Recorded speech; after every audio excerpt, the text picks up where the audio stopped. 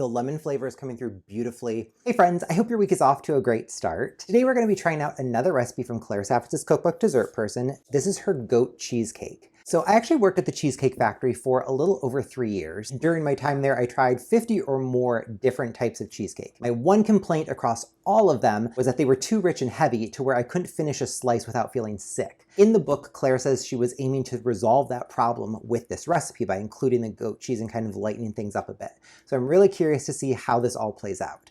Without any further ado, let's get right into it. So here in the bowl of our stand mixer, I'm going to add in some granulated sugar, our room temperature cream cheese, and our room temperature goat cheese. We're also using fresh vanilla bean today here. Mine are a little bit dry, so let's see if we're able to cut this open. If not, we'll go with some vanilla extract. So I'm running the tip of my knife along the length of the bean here, prying it open. Yeah, this is super dry. Kind of a suboptimal experience. These are so expensive. So I'm getting a little something here. It's not as easy as I would have hoped. So we'll probably add some vanilla extract as well, just to be safe. Well, that's disappointing. All right. So we got a few seeds out here, but not nearly as much as we needed. So I am going to add some vanilla extract in here as well. We'll just add like half a teaspoon in here. Now we're ready to get this mixed together. I'm going to use my paddle attachment that has the built-in scraper. It just speeds up the mixing process for me. If you don't have one of these, just stop and scrape occasionally to make sure you're getting everything evenly incorporated. And we're going to beat this over medium-high until it's completely smooth.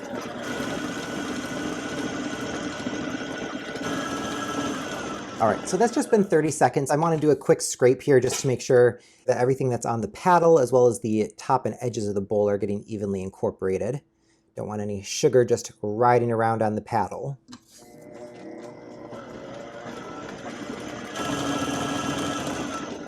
So that's just about another 45 seconds, and I think we're looking really nice and smooth here. We'll just give this a quick scrape to get everything knocked down that was trying to creep up the edges. And now with this running over medium-low, we're going to add in the heavy cream and beat until it's evenly incorporated.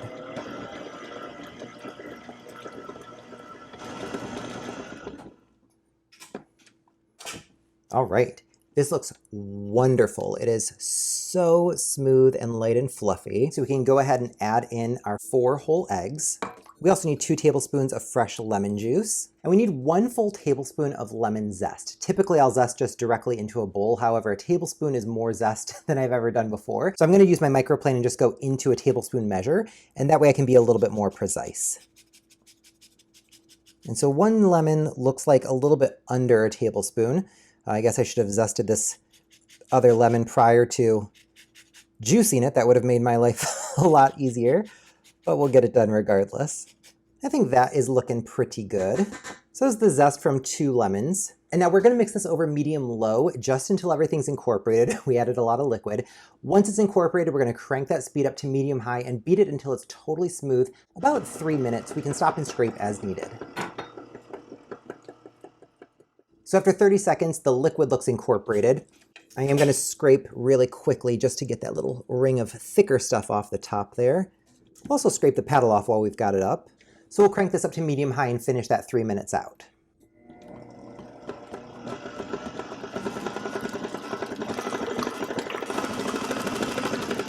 So we've been mixing for 2 minutes, and this is looking really runny.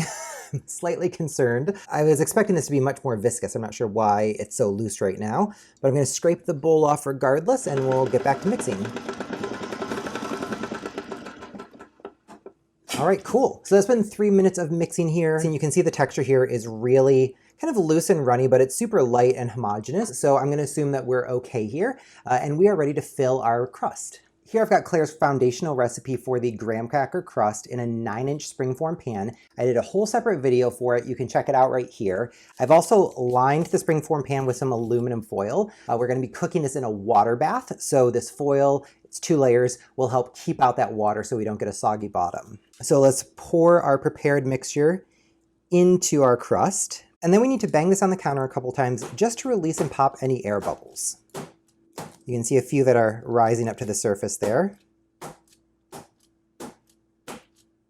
So the bubbles have all come up to the surface and been popped, so we are ready to bake this. And to do that, we're going to be baking in a water bath. So let's get that set up. So here I've got a 2-quart pot of water come up to the boil.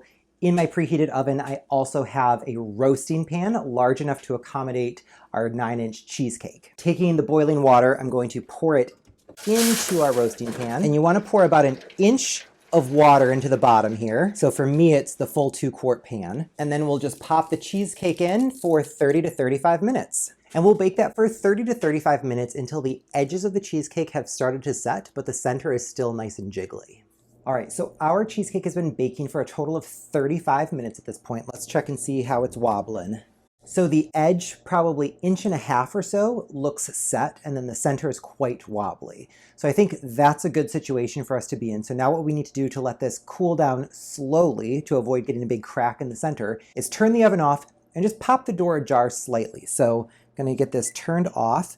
And I'm just gonna fold up my oven mitt and stick it in like that. So we've only got a very small crack open. The door does kind of hold itself maybe at like a, I don't know, 15-degree angle or something. I think that might be too ajar to where the steam and heat is escaping too quickly. We need to let the cheesecake hang out in this oven for 2 hours, and then we can transfer it to the refrigerator for another 2 hours. So realistically, I will see you all tomorrow when we're ready to enjoy the cheesecake. Our cheesecake's been chilling in the refrigerator overnight, so it's been about 20 hours at this point, so it is nice and chilled and ready to enjoy. Before we can do that though, we need to make the fig topping, so let's do that right now. I've got about a pound of washed figs in front of me here, and we just need to cut off the stems and then quarter these. And if figs aren't in season, or if you can't find them or you just don't like them, by all means substitute this with any other fresh fruit. And I do have an interesting fun fact about figs. However, I've heard it's not necessarily appetizing to everyone. So if you want to know the fun fact about figs, let me know in the comments down below and I will post it there so the video is safe for all ears. So with our figs cut up, we can now assemble the cheesecake. Cool, so we've got our cheesecake, it's nicely chilled. I did have this covered in plastic wrap in the refrigerator overnight. You can see the surface is good. We've got a couple bubbles that came out. I don't love those, but in Claire's picture in the book, you could see a couple bubbles as well, so I don't feel too bad about that.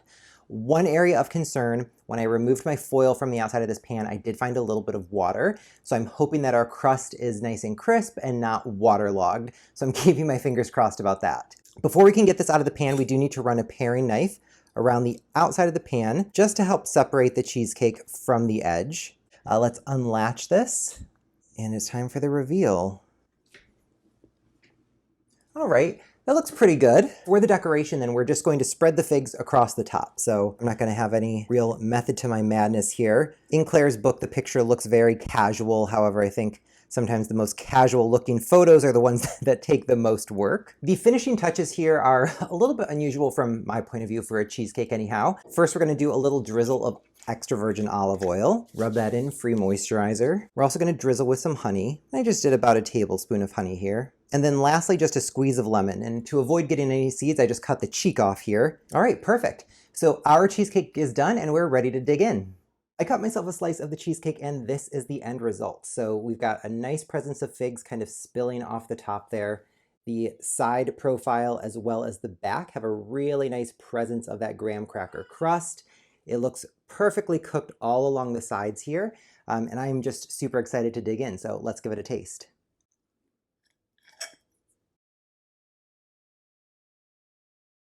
Oh my God. It just kind of melts in your mouth. It is so incredibly smooth. That's fantastic. I'm gonna go for the back corner here, get a little bit more of that crust. Let's grab a fig while we're at it. The goat cheese in there brings a nice tanginess and tartness to the cheesecake. This feels so much lighter than any of those cheesecakes from the Cheesecake Factory or any New York style cheesecake. This is really delicious. And the crust is still nice and crispy. The lemon flavor is coming through beautifully. It's just a nice, bright kind of aftertaste. So overall, I am a huge fan of this cheesecake. So really hope you enjoyed this week's video. If you did, please be sure to give me a big thumbs up and click subscribe. Thank you so much for watching. I'll see you next week.